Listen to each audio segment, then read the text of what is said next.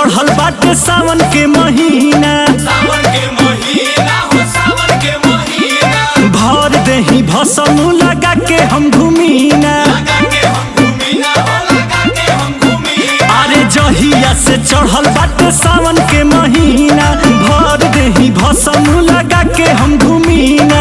बीतता फकीर जिंदगी गेरुआ बस्तर झाड़ के, भोरे भोरे बाबा बजल ढार के मस्त रही चार चिलम मार के।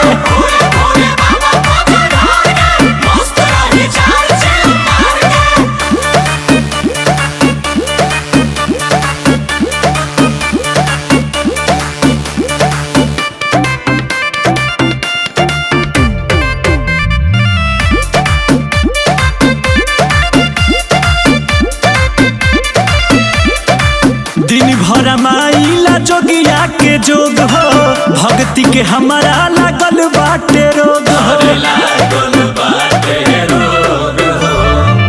दिन भर माइला जोगिया के जोग हो, भक्ति के हमारा लागल बाटे रोग हो। हई हम सेवा के हो भोला दरबार के,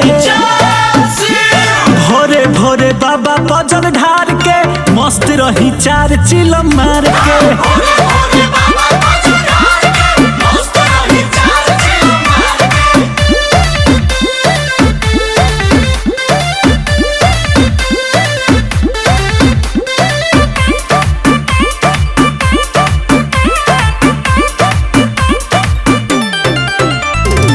भैनी दीवाना छोड़ी दुनिया के माया, शिव में समाहित भइल मोर काया। ओम नमः शिवाय। भैनी दीवाना छोड़ी दुनिया के माया, शिव में समाहित भइल मोर काया।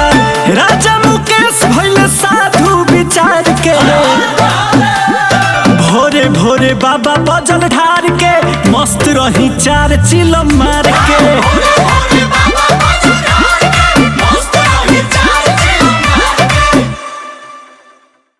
बीतता फकीर जिंदगी गेरुआ बस्तर झाड़ के,